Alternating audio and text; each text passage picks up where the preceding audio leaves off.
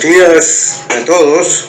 Iniciamos la segunda mañana de la Jornada Internacional de Obstetricia y Ginecología con el tema de una complicación obstétrica que aún no conocemos a profundidad, como para predecirla precozmente y así manejarla oportunamente, apareciendo la complicación muchas veces súbitamente en una gestante aparentemente sana que compromete en poco tiempo su salud y hasta su vida, así como la de su bebé y su futuro.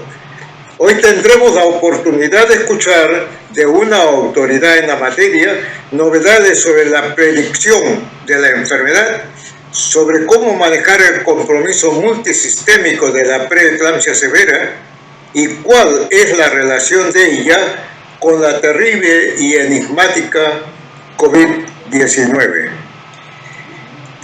Esta exposición estará a cargo del conocido y apreciado Dr. Jimmy Espinosa, quien es profesor asociado de Baylor College of Medicine, Houston, Texas, diplomado en Medicina Fetal de la Fundación de Medicina Fetal de Londres, Reino Unido, máster en Ciencias en Salud Reproductiva de la Universidad de Gales, Reino Unido, profesor visitante de la Universidad Peruana Cayetano Heredia y codirector del Centro Fetal del Texas Children's Hospital.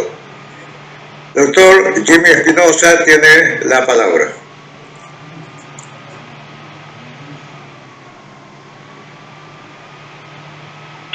Estimado doctor Antonio Ciudad Reynó, presidente de la Sociedad Peruana de Obstetricia y Ginecología, doctor Enrique Guevara Ríos, secretario general, doctor Antonio Lébano, colegas y amigos.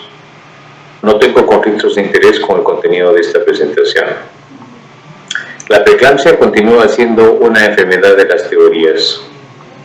Los mecanismos de la enfermedad que se han propuesto para la preeclampsia incluyen la isquemia uteroplacentaria, la mala adaptación inmune, la toxicidad por lipoproteínas de muy baja densidad, la impronta genética, el aumento de la apoptosis o necrosis de trofoblasto y la respuesta materna exagerada al trofoblasto deportado.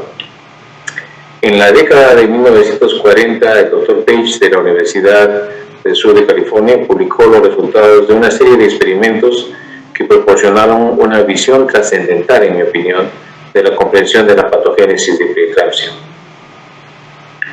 El grupo del Dr. Page escribió uno de los primeros informes de isquemia uteroplacentaria experimental en animales gestantes que estaban preñados. Este grupo demostró que en animales no gestantes la colocación de una pinza en la arteria renal se asociaba con una hipertensión renovascular sistémica. Por el contrario, la colocación de una pinza en la aorta por debajo de las arterias renales no producía una hipertensión.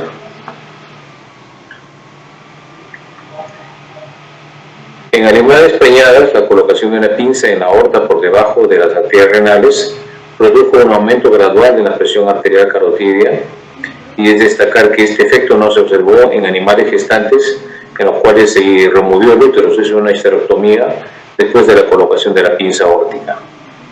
Estas observaciones indican que la isquemia por debajo de las arterias renales no es suficiente para provocar la hipertensión sistémica, pero que la última requiere la presencia del feto y de la unidad uteroplacentaria. Entonces la pregunta clínica es, ¿será que hay un factor que es producido por el feto, por la placenta, por la unidad uteroplacentaria, o todo lo anterior que contribuye a la elevación de la presión sistémica en estos modelos animales de isquemia? Con respecto a la predicción de la preeclampsia severa, todos conocen el rol de la ecografía Doppler y los marcadores bioquímicos en el plasma o la orina materna para identificar a pacientes con riesgo de desarrollar preeclampsia. Este es un estudio ya antiguo del grupo del Dr. Nicolaides, donde los doctores reportaron que la combinación de un factor de crecimiento placentario, la velocimetría Doppler anormal de las arterias uterinas y otros parámetros en el primer trimestre identifican el 93.1% de las pacientes que han desarrollado preeclampsia necesitando parto antes de la semana 34. Una de las limitaciones importantes de este estudio fue de que los resultados eran basados en modelos matemáticos, derivados de un estudio de casos y controles que fueron extrapolados a la cohorte de casi 7.800 pacientes. El factor de crecimiento placentario fue medido solamente en un grupo de casos y controles, y algo muy importante, que el valor predictivo positivo fue solamente del 7.9%, indicando que el 92% de las pacientes en grupo de alto riesgo no iba a desarrollar preeclampsia requiriendo parto antes de la semana 34. Esto es importante porque en el estudio que Nicolás publicó después, que es el estudio de ASPRE, donde evalúan el rol de la aspirina en la prevención de preeclampsia, la incidencia de la preeclampsia prematura en ese estudio fue menor de lo que se anticipó basado en este modelo propuesto por Nicolás. En una revisión sistemática y antigua que incluyó más de 18.000 pacientes, los autores demostraron que la velocimetría Doppler de la arteria uterina normal en el segundo trimestre se asocia a una probabilidad de alrededor de 6 para desarrollar preeclampsia. La sensibilidad para predecir osciló entre el 41 y el 89%. Sin embargo, en todos los estudios el valor predictivo positivo era bien bajo. En el mejor de los casos era 31%.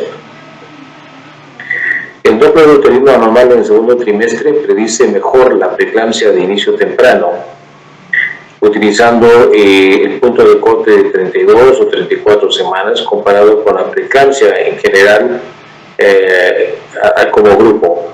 Entonces, claramente la evaluación de la impedancia de flujo en la arteria uterina es mucho más sensible y específica para la predicción de preeclampsia que se desarrolla antes de la semana 34. Esto es importante porque la preeclampsia antes de la semana 34 es más grave, está asociado con un mayor riesgo de muerte materna, está asociado con un mayor riesgo de dar a luz a un bebé, a un neonato pequeño para la edad gestacional, y hay una mayor frecuencia de hallazgos patológicos en la placenta que están sugiriendo una isquemia uteroplacentaria crónica. Este es un estudio de predicción de preeclampsia en el segundo trimestre del embarazo que publicamos ya hace algún tiempo. Este fue un estudio de corte longitudinal que incluyó más de 3.000 pacientes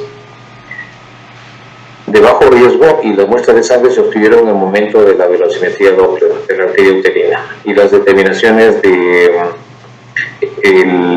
factor de crecimiento placentario se realizaron con ELISA. La velocimetría Doppler anormal de la arteria uterina se definió como las muescas bilaterales en la arteria uterina y o un índice de pulsatilidad medio por encima del percentil 95 para la edad gestacional.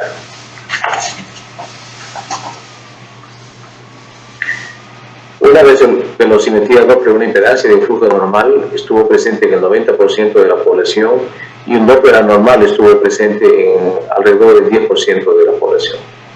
Entre los pacientes con velocimetría Doppler anormal, un factor de crecimiento placentario bajo estaba presente en 1/3 de ellos, y la prevalencia de preeclampsia de inicio temprano o severa fue 10 veces mayor comparado con la velocimetría normal y un factor de crecimiento placentario normal, y aproximadamente 30 veces mayor que aquellos con una velocimetría Doppler normal independiente de la concentración plasmática de factor de crecimiento placentario. Una observación clave de este estudio es que el grupo de pacientes con impedancia de flujo anormal y factor de crecimiento placentario bajo representaba solamente el 4.5% de la población en este estudio, pero ese grupo contenía el 60% de los pacientes destinados a desarrollar una preeclampsia de inicio temprano o una preeclampsia severa. Ahora, había una pregunta, y estos slides los preparamos hace algún tiempo antes de que el estudio de ASPRE fuera publicado, pero ¿para qué estamos tratando de predecir si en ese entonces no se podía prevenir la preeclampsia? Pero este es cierto para los estudios en los cuales se evaluó el rol del suplemento de calcio, de la vitamina C y la vitamina E en la prevención de preeclampsia.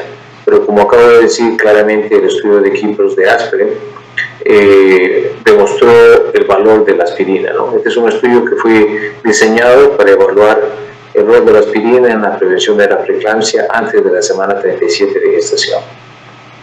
En este estudio randomizado, los pacientes con alto riesgo de preeclampsia pretérmino, definido como pacientes con un riesgo mayor a 1 en 100, fueron asignadas en forma randomizada aspirina a una dosis de 150 miligramos por día o placebo desde la semana 11 a 14 de gestación hasta la semana 36 de gestación.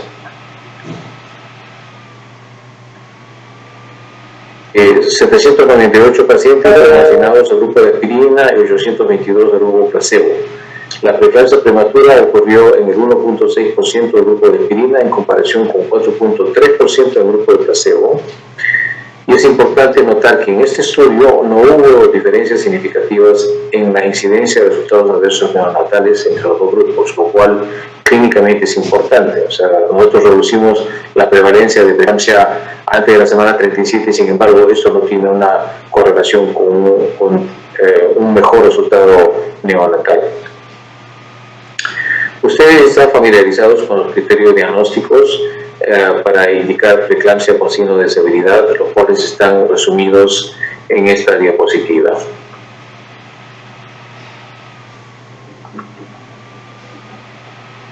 Los objetivos más importantes del tratamiento de preeclampsia con signo de severidad incluyen el prevenir las convulsiones o la eclampsia y reducir la presión arterial para prevenir la insuficiencia cardíaca congestiva, la isquemia miocárdica, la insuficiencia renal o accidentes cerebrovasculares isquémicos o hemorrágicos. La evidencia del valor de sulfato de magnesio en prevenir convulsiones está basado en el estudio clásico referido como el MAGPIE. Este fue un estudio aleatorio controlado con placebo que incluyó más de 10.000 participantes y 2/3 de los cuales fueron hechos en países en desarrollo. En este estudio la tasa de convulsiones se redujo en general en más de la mitad con este tratamiento. Pero es importante e interesante notar que la reducción de la tasa de eclampsia no fue estadísticamente significativa en el subconjunto de mujeres de países desarrollados. Este es otro estudio randomizado de más de 800 pacientes con preeclampsia severa. La preeclampsia severa en este estudio, ya algo antiguo, fue definida como 2 o más de los siguientes hallazgos: una presión arterial diastólica igual o mayor a 110 milímetros de mercurio, proteinuria significativa y síntomas de eclampsia inminente. Hubo un caso, 0.3% de eclampsia entre las 345 mujeres en grupo de magnesio, comparado con 11 casos, el 3.2% de los 340 pacientes que estaban en el grupo de placebo. Algo que también es muy importante, este 3.2% significa de que el riesgo de eclampsia en mujeres con preeclampsia severa es relativamente bajo, ya que la mayoría de estas pacientes que recibieron placebo en este estudio no tuvieron convulsiones, no desarrollaron eclampsia. No existe un consenso sobre el uso profiláctico de sulfato de magnesio para la prevención de convulsiones en mujeres con hipertensión gestacional o preeclampsia sin características severas. 2 pequeños estudios asignaron mujeres con preeclampsia sin características graves a placebo o sulfato de magnesio y no hubo ningún caso de eclampsia entre las mujeres asignadas a placebo. Pero el tamaño y el número de pacientes fueron incluidos en este estudio son tales que no permiten tener una importancia clínica. No se puede concluir, no se puede llegar a conclusiones basadas en estos 2 estudios. En la última guía de la Sociedad Americana de Obstetricia y Ginecología, del Colegio Americano de Obstetricia y Ginecología que publicamos, revisamos la literatura demostrando de que se ha calculado que 129 pacientes con preeclampsia se necesitan para prevenir 129 pacientes tienen que ser expuestas a sulfato de magnesio para prevenir un caso de preeclampsia en casos de pacientes que son asintomáticos, mientras que en los casos que son sintomáticos, aquellos pacientes que tienen lógicamente la cefalea intensa, la visión borrosa, fotofobia, etc., el número necesario a tratar con sulfato de magnesio es solamente 36, los 36 comparado con 129 pacientes asintomáticos. Esto es una revisión rápida, lógicamente para controlar la presión arterial. El régimen inicial puede empezar con 200 miligramos por vía oral cada 12 horas y aumentar la dosis hasta 800 miligramos por vía oral cada 8 o 12 horas según sea necesario, o un máximo de 2.400 miligramos. Y en todo caso, si es que no se puede conseguir el control de la presión arterial, uno puede en todo caso empezar con dosis con otro tipo de medicación. Sin embargo, cuando uno tiene que dar un tratamiento endovenoso agudo, es muy importante, particularmente cuando las presiones arteriales están en el rango de gravedad, por encima de 160 en la sistólica y por encima de 110 en la diastólica. Uno puede empezar con este protocolo de labetalol, 20 miligramos dosis endovenosa en bolo, seguido por 40 miligramos, y si este no es selectivo, uno puede incrementar a 80 miligramos cada 10 minutos hasta una dosis máxima de 220. La dosis acumulativa máxima en estos casos es 300 miligramos, o una alternativa es empezar con una infusión endovenosa constante de 1 a 2 miligramos por minuto. La otra alternativa es utilizar hidralazina, 5 a 10 miligramos entonces por vía endovenosa cada 15 a 20 minutos hasta lograr una respuesta deseada, y la dosis acumulativa máxima de 20 miligramos. Pero también se puede utilizar una infusión endovenosa constante de 0.5 a 10 miligramos por hora. Y lógicamente la nifedipina tiene la ventaja de tener una formulación oral. Uno puede, si uno no tiene un acceso inmediato a la vía endovenosa, uno puede empezar con nifedipino 10 a 20 miligramos oral, se puede repetir en 20 minutos si es necesario, y luego 10 a 20 miligramos cada 2 a 6 horas, hasta una dosis máxima de 180 miligramos. Recordar de que la elección del tipo de antihipertensivo depende de los efectos colaterales y de las contraindicaciones. Por ejemplo, el labetalol está asociado con menos frecuencia a la taquicardia. Sin embargo, hay que evitar en pacientes que tienen asma, enfermedad miocárdica y, lógicamente, una paciente que tiene problema de bomba. Una paciente que tiene un problema de bomba puede llevar a una insuficiencia cardíaca el uso del labetalol. La hidralazina tiene una mayor frecuencia de hipotensión, está asociado con mayor frecuencia de cefalea e irregularidad del ritmo cardíaco. En el caso de nifedipino, puede estar asociado a taquicardia refleja y cefalea. Algo que me habían pedido hablar de esto y no quiero correr mucho porque hay evidencia reciente entre la asociación de la infección del coronavirus con preeclampsia. Y voy a hacer un poco más de hincapié en 2 o 3 publicaciones que son claves para esta nueva observación. Este es un estudio publicado por el grupo de Aris Papayoyo. Ustedes saben que Aris ha publicado mucho en el estudio del Intergrowth y el mismo sistema ha sido utilizado para identificar pacientes con infección al COVID, al coronavirus, y de demostrar asociación con preeclampsia. Este fue un estudio diseñado para demostrar la asociación, la prevalencia en todo caso en pacientes con COVID-19, pacientes que han tenido una infección por el coronavirus durante el embarazo y la frecuencia de preeclampsia. Y el otro objetivo de este estudio fue determinar si esta asociación entre el coronavirus y preeclampsia aumentaba aún más la morbilidad y mortalidad materna o neonatal. Un estudio longitudinal prospectivo multinacional.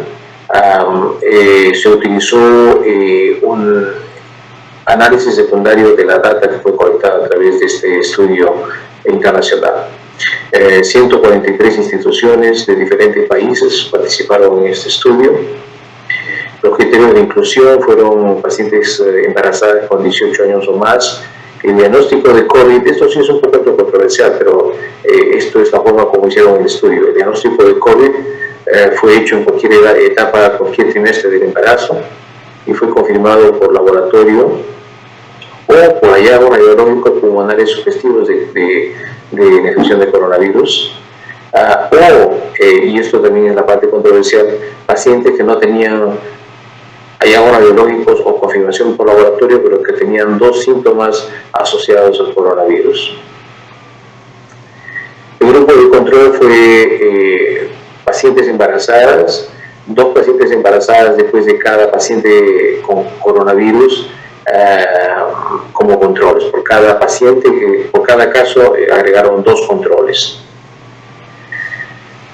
Desde el punto de vista de la evaluación neonatal, los autores crearon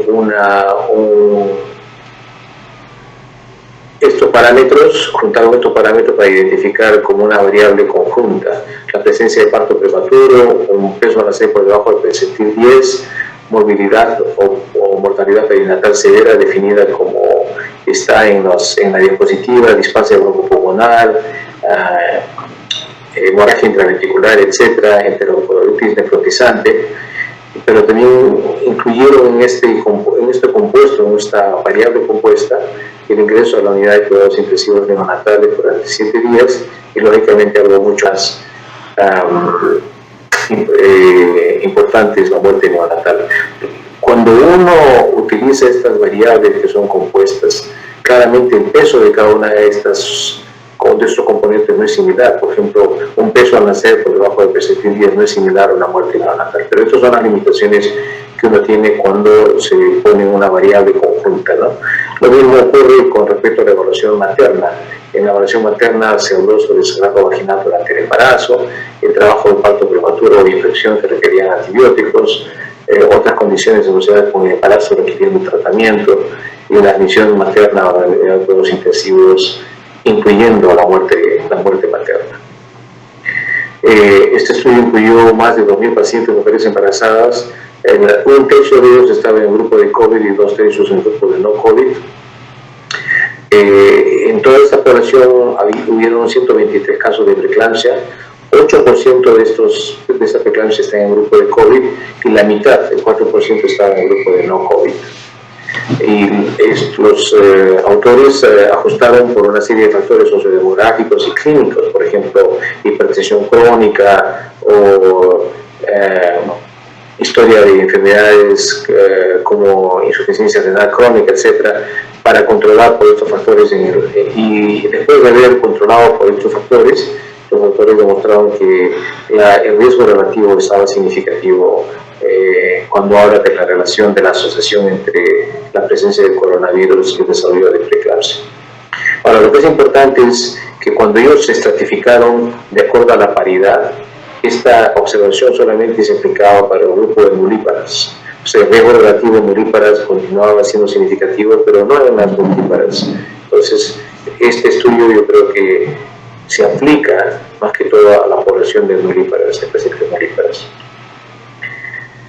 Había también un incremento en el riesgo de parto prematuro, y en la parte inferior de esta diapositiva ustedes pueden ver que hay un tipo de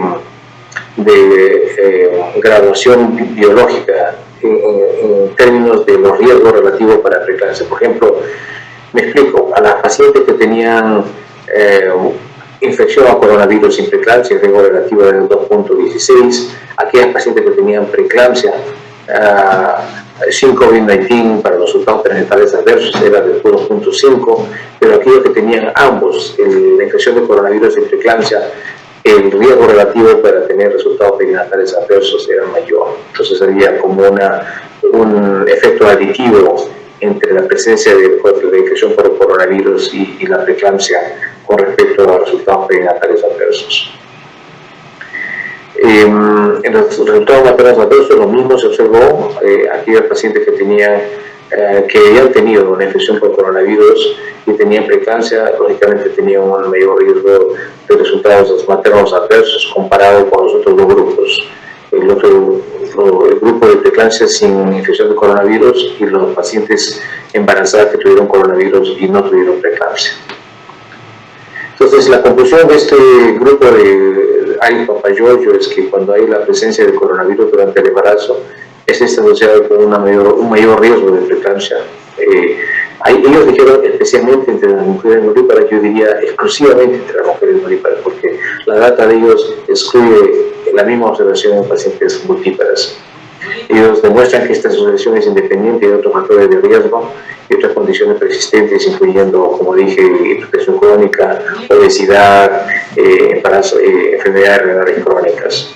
Algo que este estudio no demostró es que la gravedad de la infección por coronavirus no incrementaba aún más los riesgos de preeclampsia y resultados adversos maternos o perinatales. Sin embargo, el siguiente estudio que voy a revisar demostró esta asociación, que había una asociación entre la gravedad de la enfermedad y el riesgo de preeclampsia. Este es otro estudio publicado recientemente también por Roberto Romero y Agustín Conde Agudelo. En este estudio los autores hicieron una revisión sistemática y un metaanálisis de las publicaciones disponibles en la mayor parte de las bases de datos, incluyendo el PubMed. Entonces, el objetivo de este estudio fue examinar la relación entre la infección por coronavirus durante el embarazo y el riesgo de preeclampsia similar al estudio de Ari Papayoyo. El objetivo principal era la asociación con preeclampsia, pero también, además, estos autores evaluaron otros objetivos secundarios, incluyendo preeclampsia con características graves, preeclampsia y síndrome de Gell. Incluyeron 28 estudios, de los cuales 15.000 pacientes fueron diagnosticados con infección para el coronavirus.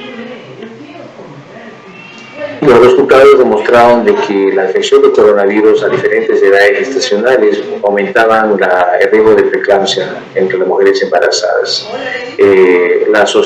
La prevalencia de preeclampsia en pacientes que habían tenido la infección para el coronavirus era del 7%, comparado con el 4.8% en aquellas que no habían tenido coronavirus. Y también en esta publicación los autores ajustaron por otros factores que podían confundir los resultados. Ahora, como les dije, estos autores también demostraron la asociación entre la presencia de la infección por coronavirus y la severidad de la preeclampsia. Por ejemplo, ellos demostraron una mayor asociación con preeclampsia con características graves, una mayor asociación entre el coronavirus y la frecuencia de eclampsia, y una mayor asociación de desinfección y el problema del síndrome de Gell. Además, ellos hicieron un subanálisis comparando pacientes que habían tenido el coronavirus con síntomas versus aquellas pacientes que tuvieron la enfermedad pero no tenían síntomas de coronavirus, y demostraron que aquellas que tenían enfermedad sintomática tenían un mayor riesgo de desarrollar preeclampsia. Entonces, en este estudio, un metaanálisis con un estudio de evaluación sistemática de la literatura, Roberto Romero y Agustín Conde Agudelo demostraron de que hay una graduación biológica, no solamente en términos de la asociación de coronavirus y preeclampsia, sino también entre la asociación de coronavirus y la severidad de la preeclampsia, eclampsia o el síndrome de Gell. Y esta es un poco la gráfica que ellos demostraron. Ellos, en este metaanálisis, los autores incluyeron la data de la publicación de Papayoyo. Ustedes pueden ver acá si ven mi puntero, y la mayor parte de los estudios demostraron una asociación clara entre la presencia de un coronavirus independientemente de la gestacional y preeclampsia. Ahora, hay algunas otras publicaciones que demostraron que esta asociación es cierta para preeclampsia de etapa temprana, aquellas que se desarrollaron antes de la semana 34, pero no hay estudios grandes que demuestran esta asociación cuando la infección de coronavirus ocurre después de la semana 34, y probablemente porque no hay el tiempo para que se desarrolle la preeclampsia.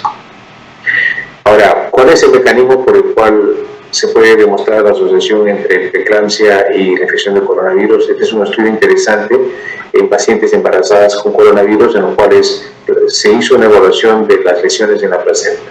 Y lo que los autores demostraron era que la frecuencia de isquemia vascular fetal en el lado fetal de la placenta era 4 veces mayor en pacientes que habían tenido infección por coronavirus comparado con aquellas que no habían tenido coronavirus. Entonces, esta es, en mi opinión, la evidencia más lógica de que la infección por coronavirus puede llevar a insultos isquémicos en la placenta, particularmente en el lado fetal de la placenta, la cual se asocia con la preeclampsia. Y esto lo hemos revisado cuando hablamos de las diferentes teorías. Claramente hay una asociación fuerte entre isquemia uteroplacentaria crónica y preeclampsia.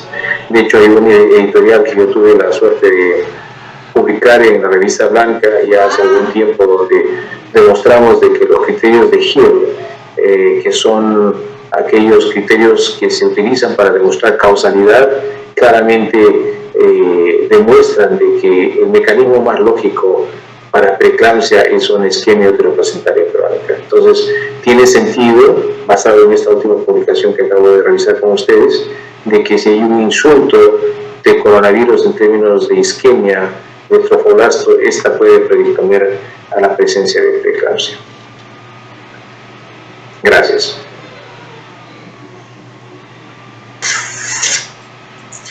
Muchas gracias, doctor Jimmy Espinosa, por la presentación interesante. Esto es un tema que sigue en evolución, esta relación sobre todo de preeclampsia y COVID-19. Pueden encontrar unos resúmenes en la incógnita de coronavirus en la revista peruana de ginecología y obstetricia, que es el órgano oficial de la sociedad. En ellos estamos presentando justamente estos avances que están habiendo de esta relación entre preeclampsia y COVID-19, y quién sabe nos dé algunas luces para también trabajar mejor la preeclampsia.